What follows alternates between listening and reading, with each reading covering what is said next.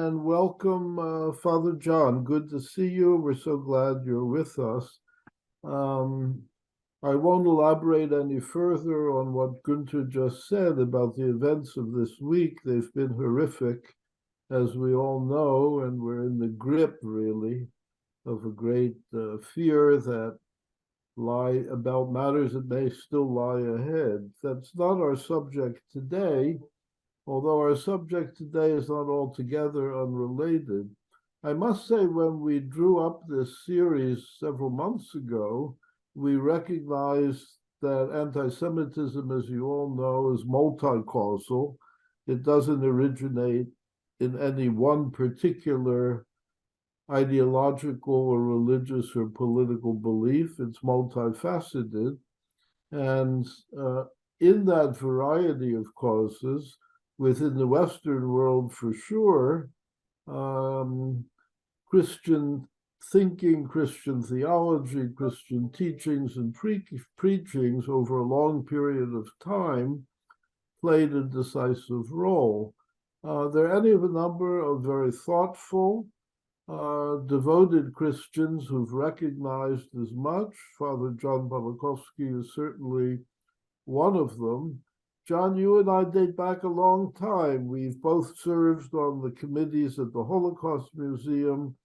For those of you who are not familiar with Father Pawlikowski's work, he was instrumental, along with others, in helping to develop the Holocaust Museum in DC. 4 times he held presidential appointments to the major committee guiding the work of the museum.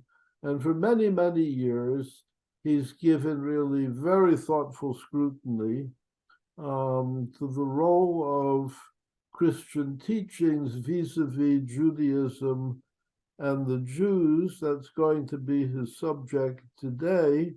John, we're really privileged and honored to have you with us. And I'm going to not say any more and just hand over to you for your presentation. Well, thank you very much, Alvin.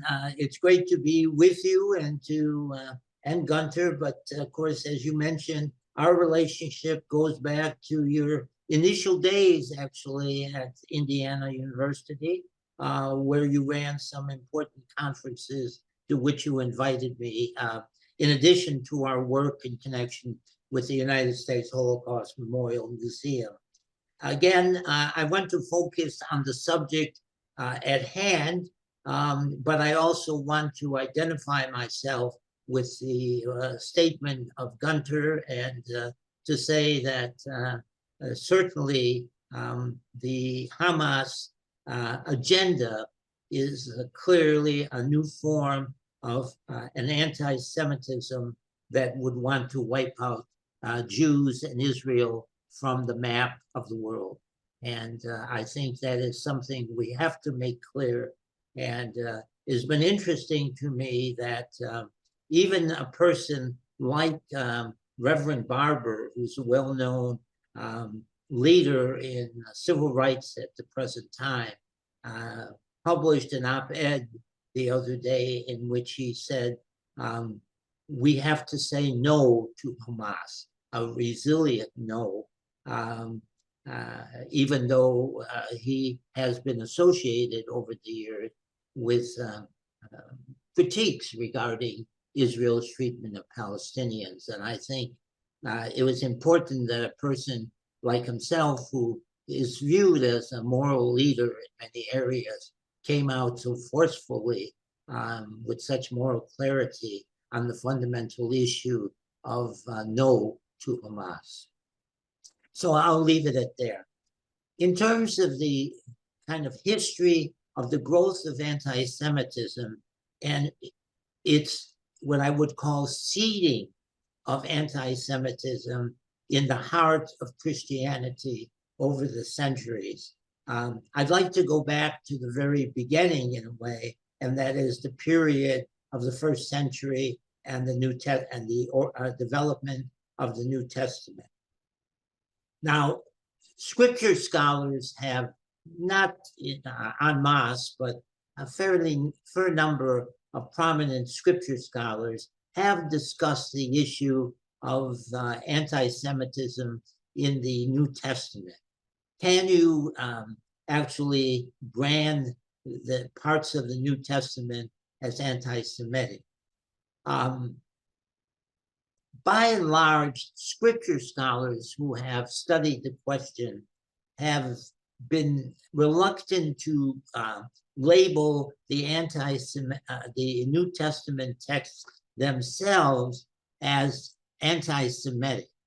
Now, that doesn't mean they haven't criticized certain texts, and I'll say a bit more about that in a moment, but they've refrained sort of from using the term anti-Semitic.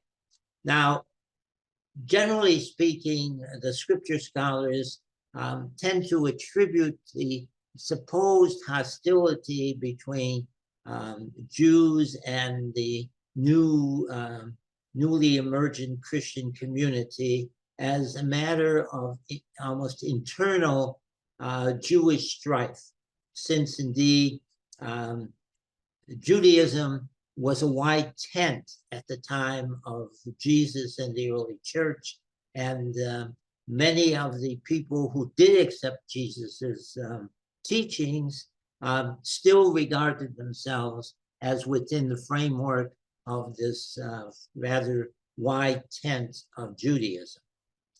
However, that does not resolve the issue, because for me, there's a difference between the kind of nuancing that academic biblical scholars can bring forth in terms of internal battles within parts of the Jewish community, internal battles within parts of the newly emerging Christian community.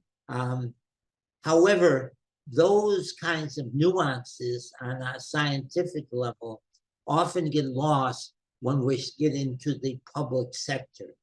And so when the average Christian, even a Christian scholar, but not a biblical scholar, who may not be really informed about some of the many internal battles going on within the wide Jewish tent at the time of Jesus and the formation of Christian doctrine, Christian belief. They tend to read some of these statements in a very, if not anti-Semitic view, anti-Judaic view. Now, we've had this ongoing scholarly discussion over the years as to whether there is a difference between anti-Judaism and anti-Semitism. There is some difference because ultimately not all anti-Judaism espouse the total annihilation of Jews. Anti-Semitism frequently prescribed, and certainly within the Nazi ideology, prescribed the total annihilation of Jews, something we see replicated, I believe, in the current framework of Hamas's approach to Jews and Judaism.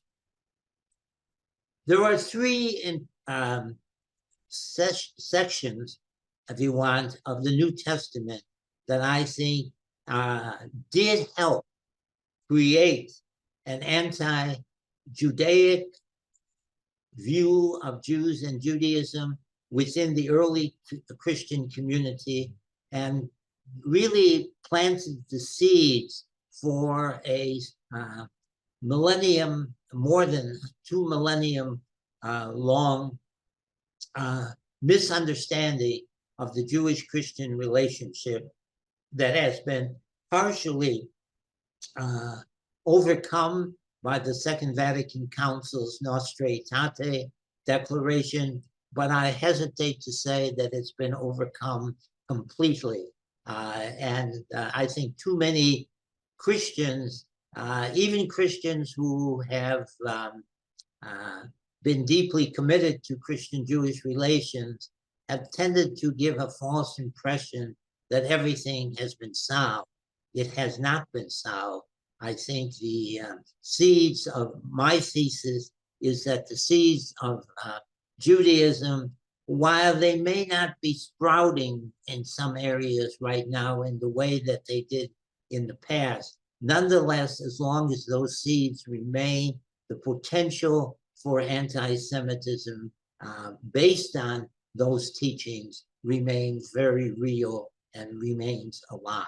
And until we really remove those seeds from Christian self-understanding, from Christian theology, we have not really solved completely the challenge of anti-Semitism within the Christian tradition. We have not truly removed the so-called shadow that still remains over the cross because of the history of anti-Semitism. There is absolutely no question that whatever the scholarly findings about the origins of some of these problematical texts in the New Testament, the vast majority of Christians understood those texts in a anti-Judaic way. And so we can at least say that the New Testament gave a foundation for anti-Judaic interpretations of the Christian-Jewish relationship, and interpretations that frequently aided and abetted concrete acts of anti-Semitism in the Christian community, whether in the Middle Ages or in the period of Nazism and so on. In fact, while I have argued consistently that the Nazi philosophy is towards the Jews, while it certainly is not simply a straight line development from basic Christian teaching, there is no question in my mind that indeed on the grassroots level, that the Nazi ideology would not have taken hold in Europe in the way that it did, and in the effects that it had on the slaughter of Jews, if it were not for this historic Christian anti-Semitism. Many of the people in the European populations in countries like Germany, Italy, Austria, and so on, Poland, really endorsed or at least acquiesced to what the Nazis were doing because of this historic anti-Semitic tradition. Now, the three areas in the New Testament that I would initially lift up as contributing to the formation of an anti-Judaic view within the as essential to Christian self-understanding are, first of all, the certain sections of the Gospel of John where Jews are said to have Satan as their father, are portrayed as people who are mired in darkness and ignorance and so on. It's a very, very negative view. And I think it's the implication of that teaching in the Gospel of John had ramifications even beyond the Christian-Jewish dialogue. The feminist scholar Elizabeth Schussler Fiorenza, I think, made a good point a number of years ago when she said that the implication of what it said in the Gospel of John amounted to a religious validation for fundamental hatred, and that affected first and foremost the Jews, particularly in the history of Christianity, but also had impact beyond the Christian-Jewish relationship. And it led, I think that was a very important observation on her part. Now, one of the biblical scholars that has done considerable work in the area of Christian-Jewish relations, the Johannine scholar, the late Father Raymond Brown, has basically said that these statements in the New Testament, which refer to Jews as having Satan as their father, as being people wallowing in darkness and so on, should no longer be seen as authentic teachings for today. Should not be used in the liturgy, should not be used in catechetical educational programs and so on. That's a commendable position, I think, on the part of Father Brown, who in the end, actually, just before he died, really affirmed the fundamental relationship in a positive way between Judaism and Christianity as he saw it in the teachings of Jesus. He said at one time in a public speech, actually here in Chicago, that after many, many years of studying this question as a scholar, he had come to the conclusion that if St. Paul had in fact had a son, he would have had him circumcised. That was an indication that indeed, whatever Paul, and he's a central figure here in this question of the formation of early Christian attitudes towards Jews and Judaism, at least Brown came to the conclusion that Paul still considered active incorporation into the Jewish community a positive development for anyone who was a Christian. Now, he made that comment not too long, as I said, not too long before he died, and so he never really amplified on it.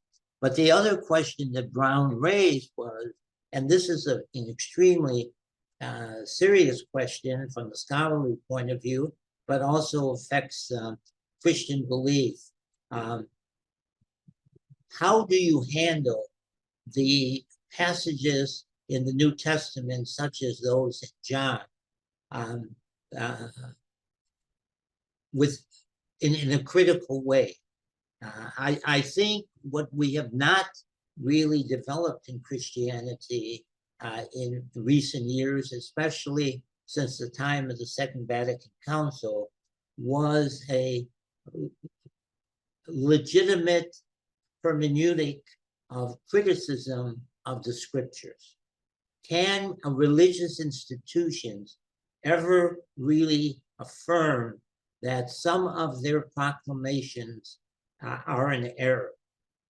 And that is not an easy question for any religious tradition to deal, because religious traditions are almost kind of founded on the idea that they contain the truth, and that even that the issue of the truth has been one that's been affirmed over and over again, certainly within the Christian community, both in all three major branches of the Christian community.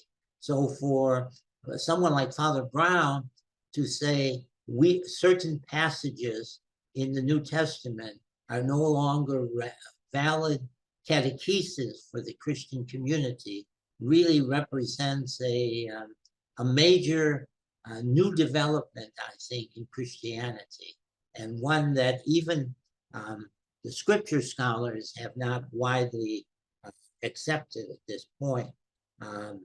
It's one thing to interpret a text and say, well, it's been misunderstood. It's another thing to say, no, it isn't misunderstood. It is simply wrong, and therefore should no longer be part of the official teaching or liturgy of the Christian community. And we haven't quite come to that. It's an issue, actually, that I have raised in a chapter that I have written for Fescher, for my colleague, Father Leo Lefebvre, who teaches at Georgetown University, which hopefully will appear in print soon. But I believe I have not seen anyone else really raise that question. This is important because certainly in the Catholic tradition, because prior to Vatican II, Catholics were really not advised or encouraged to read the Bible. They were encouraged to buy very expensive versions of the Bible, mostly the New Testament, for their coffee table. But they were not really encouraged because fear was they'll misinterpret. And now, there was a profound change in that attitude at Vatican II. In fact, one can say that one of the most important new developments that emerged from Vatican II was the restoration of Scripture as the major point of self-definition within Catholicism. The emphasis on Scripture was far more a Protestant thing than a Catholic thing, historically. Probably the Orthodox Christian community were somewhat closer to the Catholic community in this regard than they were to the Protestant community. But the Gospel of John and its statements about the satanic quality of Judaism certainly is one of the major problems still remaining with respect to the New Testament. The second one I would emphasize is the Pharisee. The Pharisees historically, and even in much of the present day, have been seen as the arch enemies of Jesus. In some ways, they really play the role of Judaism in the mind of most Christians who read the New Testament. They don't know much of who the Pharisees were, and that's a terribly problematical situation. But they really kind of see them as representing all the bad things that Jesus rejected about Jews and Judaism in his time. And of course, that is a total falsification. I don't know how many sermons I've heard against the poor Pharisees. I sort of have become their defender over the years in certain situations. There has been some progress, but there's still a major, major problem about the distortion of Judaism in the name of the Pharisees, and how much that distortion is attributed to Jesus and his so-called battles with the Pharisees.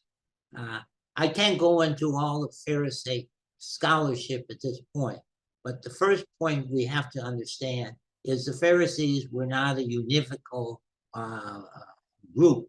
They had many different subgroups. The late David Flusser once said that he could discern about 7 different orientations within the wide Pharisaic community.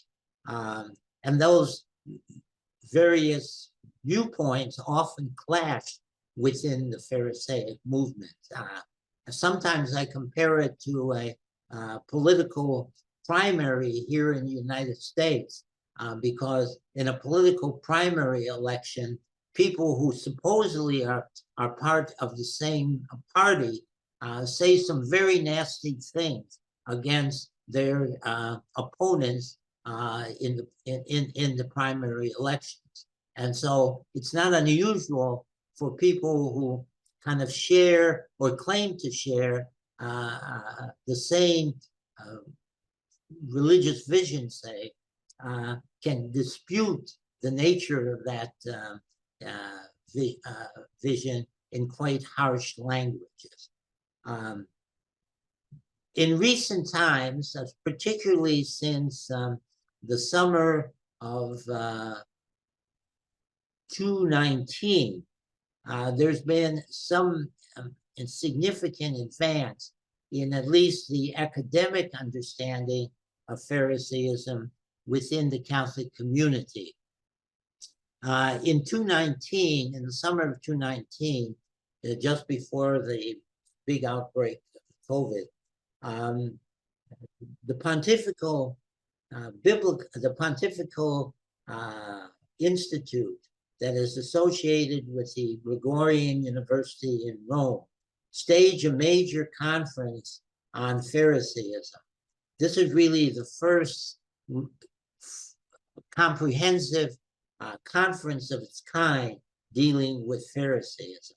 And it was part of the 150th anniversary celebration of the Pontifical Gregorian University, the Jesuit University in Rome, which is generally acknowledged as the most important of the Catholic universities in Rome. In this conference, every aspect of Pharisaism and the relationship between Pharisaism and the teachings of Jesus was emphasized. It gave scholarly meat, if you want, to the affirmation which very few Christians, Catholic Christians, are aware of, even scholars. In 1985, in a document for the 20th anniversary of Nostra Aetate, Chapter 4, the Vatican clearly asserted that Pharisaism was the Jewish vision that was closest to the teachings of Jesus. They did not assert that Jesus was a Pharisee, but that indeed he took much good from the teachings of Pharisaism and so on. This resulted in a formal statement from Pope Francis, which was given to the conference in Rome, asserting that it was the obligation of Christian scholars, but also to make clear to the Christian community, Catholic Christian community, that these typical, stereotypical images of Jews and of Jews as Pharisees and in opposition to wholesale opposition to the teachings of Jesus have to literally be wiped out of Christian teaching because they are false. And Francis gave papal support to that effort. Now, I have to be very clear and say that unfortunately, Francis has not always taken his own advice. We have instances where one might say, popular statements, popular homilies, as you may or may not know, there's a long tradition where the Pope has a kind of public session each Wednesday and then gives a presentation. Well, on several occasions, he has himself fallen into typical views of the relationship between Jesus and the Pharisees. This is most unfortunate, but I think the formal statement he contributed to this conference in 2019 is an important rebuttal, I think, of the otherwise kind of classical views of Pharisaism that he himself has put forth on occasion. The papers from this conference are now available in a book that is edited by co-edited by Professors Joseph Sievers and Amy Jill Levine, if anyone is interested in following up on this whole question. But I think Pharisaism has clearly been a source of major negativity within the Catholic Christian tradition regarding Jews and Judaism. The third issue I would raise are the teachings of St. Paul. St. Paul was for many, many years regarded as the person who really set the stage by his missionary journeys and so on for the separation of Judaism and Christianity. And that's usually attributed to the so-called meeting between Peter and Paul and so on, in which clearly one can read the New Testament as affirming the victory of Paul over Peter, with Peter espousing a sense of continuing ties between Judaism and the new religious community of Christians, whereas Paul seemed to really break, especially on the law, regarding the interpretation of the obligations of the Torah. There's no question that Paul was espousing the entrance of non-Jews into the covenantal relationship as he understood it, had been promulgated by Jesus in his preaching. And he faced many obstacles in that. And we know that, for example, Corinth, he tried to model a sacred service for the Corinthians that would be similar to what was happening in Judaism. And it was, in fact, pretty much of a fiasco. And so then he started making compromises, saying, no,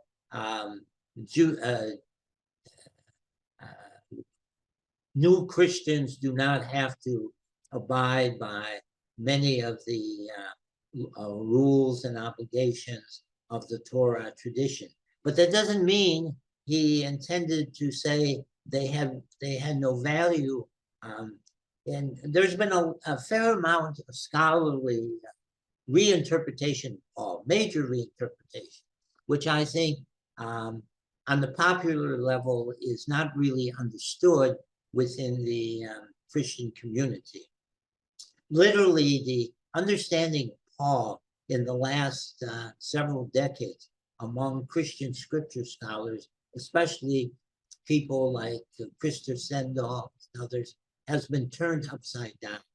And this is reflected, this is where I would reaffirm what I already said about Raymond Brown's assertion that he thought Paul would have had a son circumcised, which means he would have really gone through the process of integrating his son in a sacred way into the Jewish community.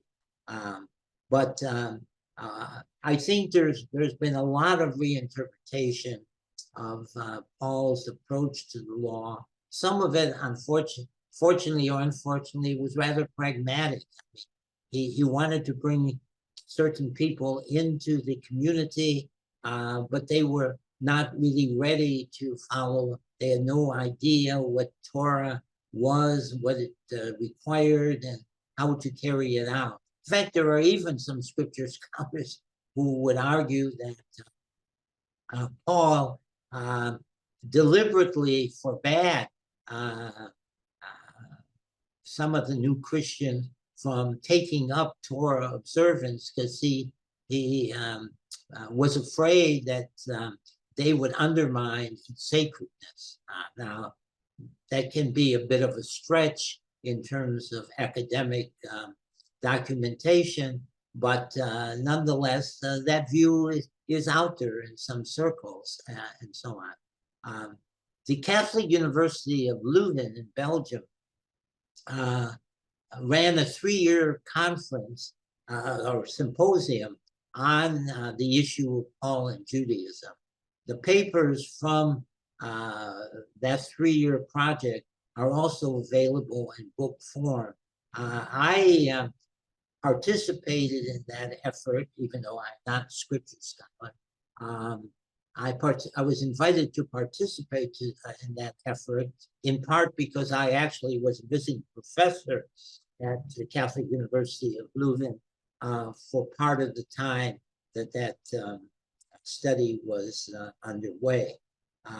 But clearly, Paul's a kind of, I don't even say wrong, but an incomplete understanding of Paul's teaching on law has certainly been a great source of at least theological anti-Judaism, which often resulted in concrete acts of against Jews and Judaism in various Christian communities over the centuries. So I think that would be the third aspect of the New Testament, where I think we can say the prevailing interpretation may not be the soundest academic understanding, but the prevailing interpretation continued to solidify seeds of anti-Judaism, anti-Semitism in official Christian teaching.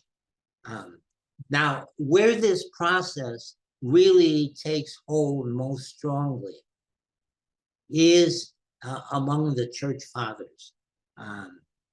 The anti-Judaic theology that took root in most of Christianity beginning in the 2nd century, in writers like Tertullian, Justin, Origen, and so on, really went beyond what the New Testament presents us.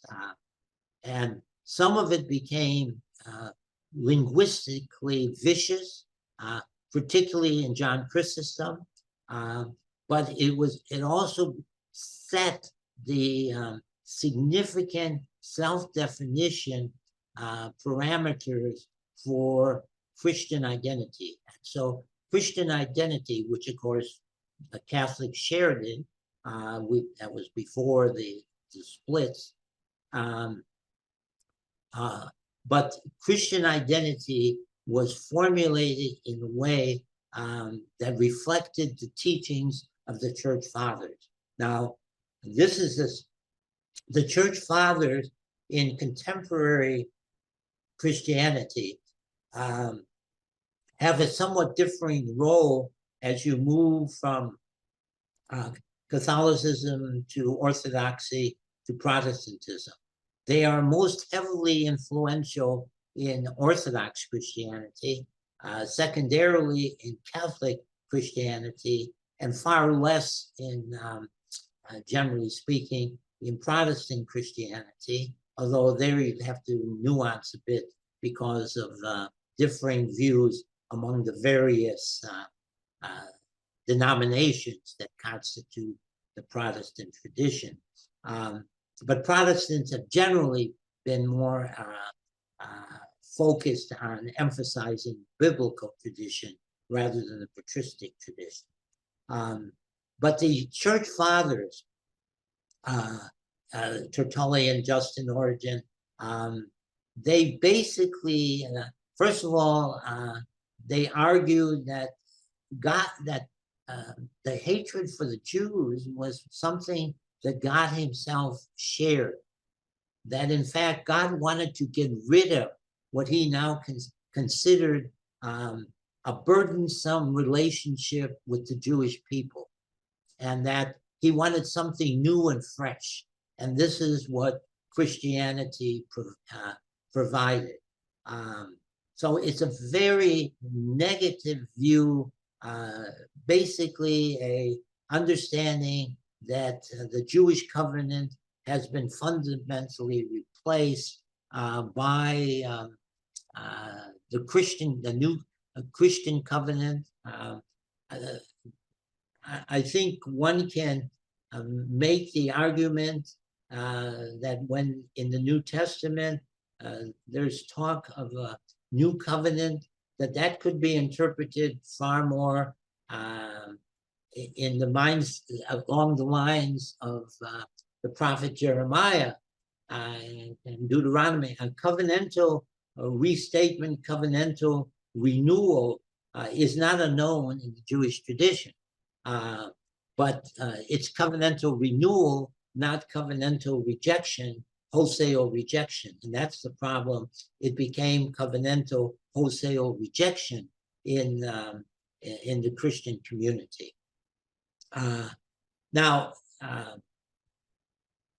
I think we certainly, the problem that I see is that with these church fathers is that most scholars who work on their writings don't really even take up the issue of their attitude towards the Jews. I don't know how many books I've looked at by people writing in this area that never mention these very significant and defining views among the fathers with respect to the framing of the initial self-definition of Christianity.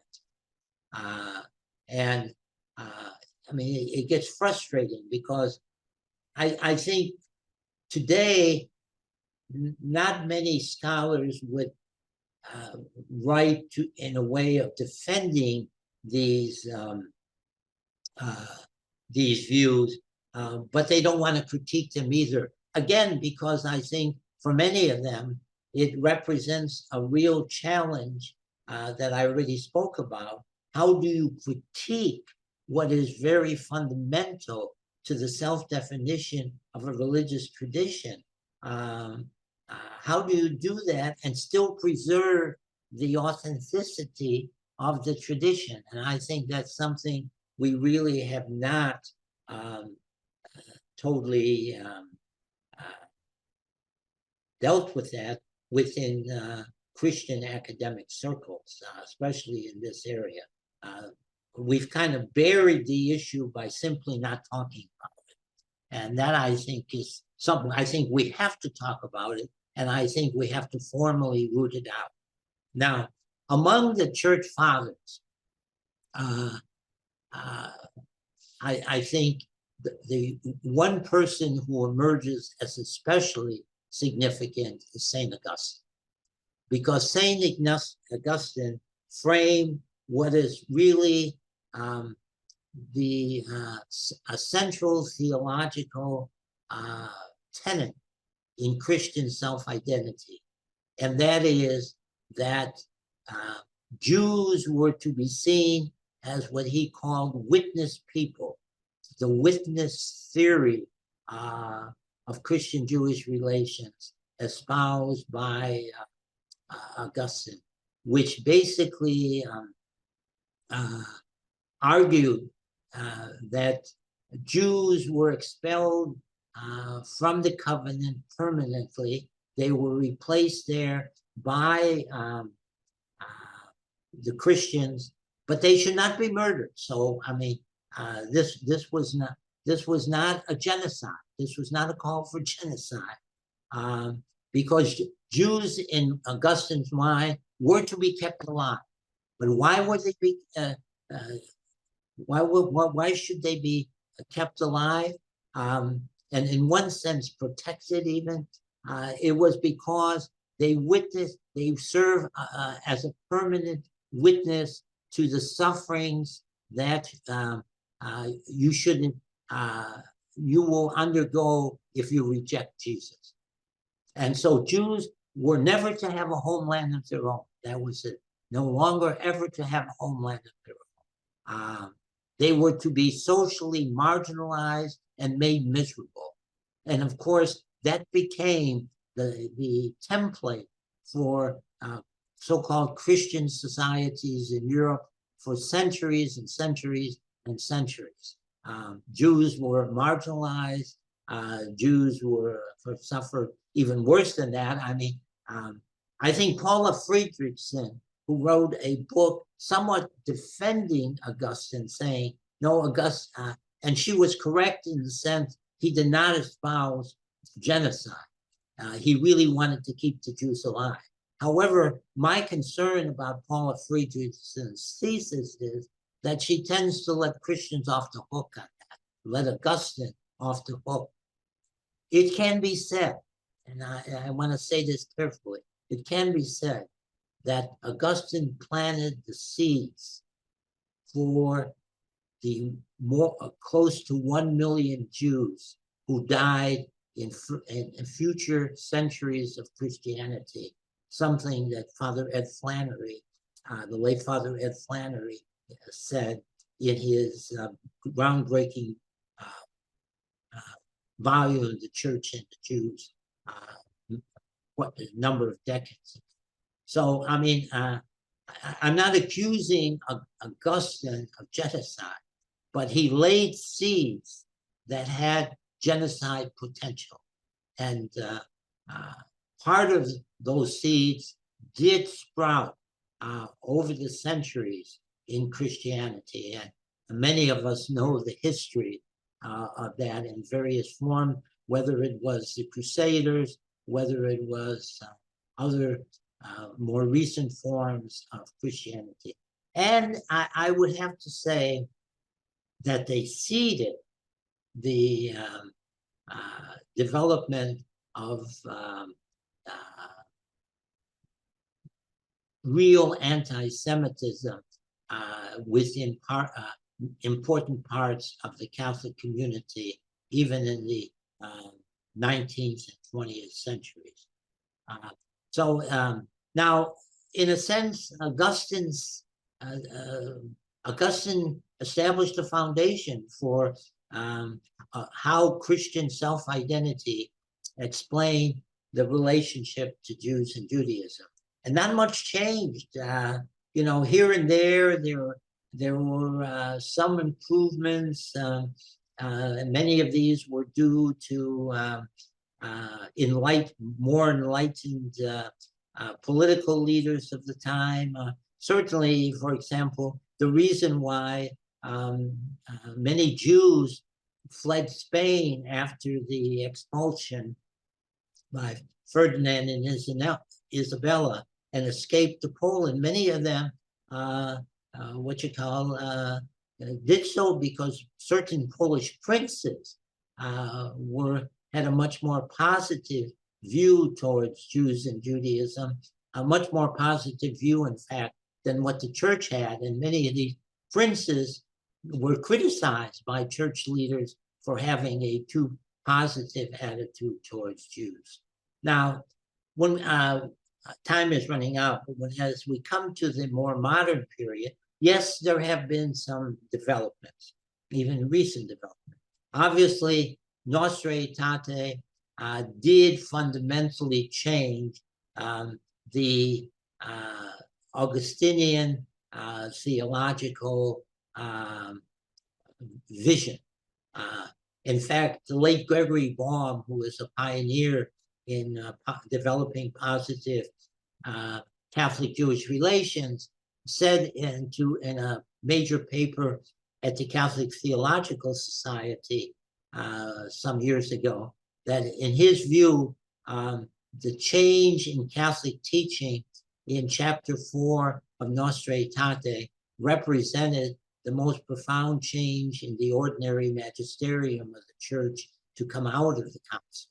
Now, you could raise some questions there, not that it was a very profound change, but that there were some other profound changes as well, including, for example, in religious liberty.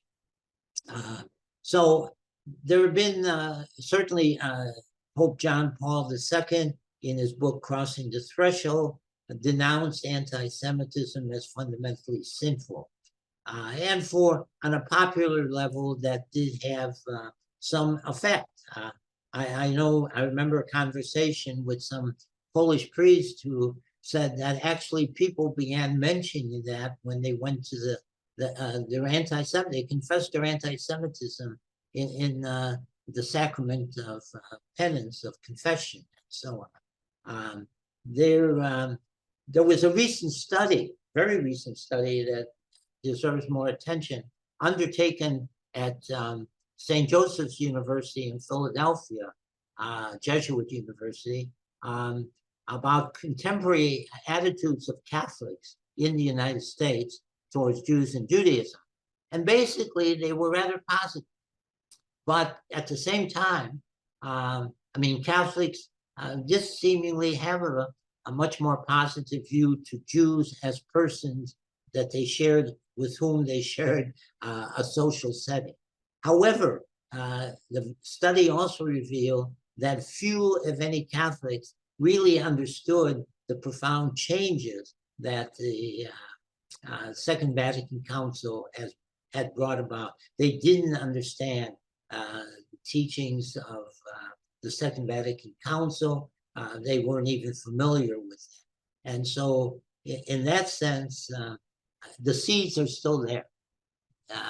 Now, a certain emphasis on human rights today, a certain emphasis of the fundamental democratic tradition in which we live has, I think, removed the immediate impact of those seeds. But how permanent is that? That's what troubles me. And therefore, I think we have to have a more explicit rejection of those seeds. Now, finally, I would say, right now we are celebrating,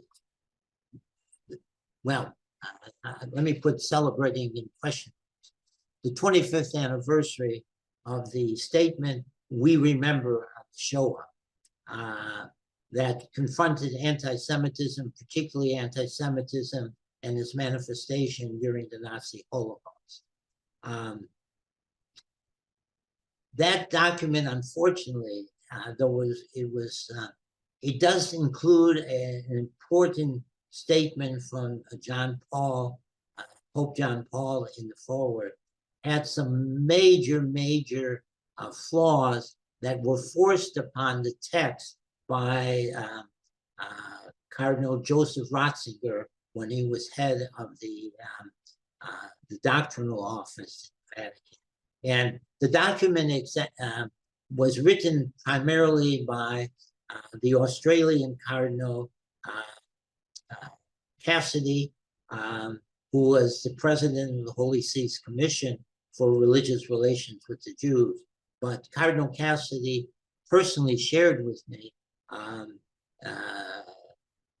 the kind of pressure that was put on him by Cardinal Ratzinger to include certain descriptions of particularly of anti-Semitism and during the Holocaust regarding Pius XII, but especially that the only Catholics who were anti-Semitic were wayward Catholics who followed wayward preachers. Well, nonsense. If you go to many historic Catholic cathedrals, especially the one in Strasbourg, France, where you have the famous picture of depiction of Judaism and Christianity as Christianity portrayed as a bright, vivacious young woman holding the gospel, and Judaism portrayed as a bent over, old, blindfolded, old woman kind of holding a broken Torah. I took the official tour one time in Strasbourg, and I was wondering what the guide was going to say. And I thought he would maybe just ignore it. Well, no, he didn't. As soon as we got to the spot, because it's on the outer facade, he said, stopped us and pointed up there, and he said, well, that represents the unity of Judaism and Christianity. I wanted to shout out an expletive, but I felt that a certain clerical propriety prevented me from doing that. But you can see this could have been an important teaching moment during that tour, to explain and to help root out the teaching, and they fail in this. But again, it's similar to books on Augustine, the church, other church fathers, and so having nothing on their anti-Semitic or at least anti-Judaic viewpoint, which were not just the little minor parts of their teaching, but for many of them constituted the heart of their effort to really establish the formal self-definition of Christianity. So I'll leave it at that. I think we have some time for questions now, and I would really appreciate receiving those. So thank you very much.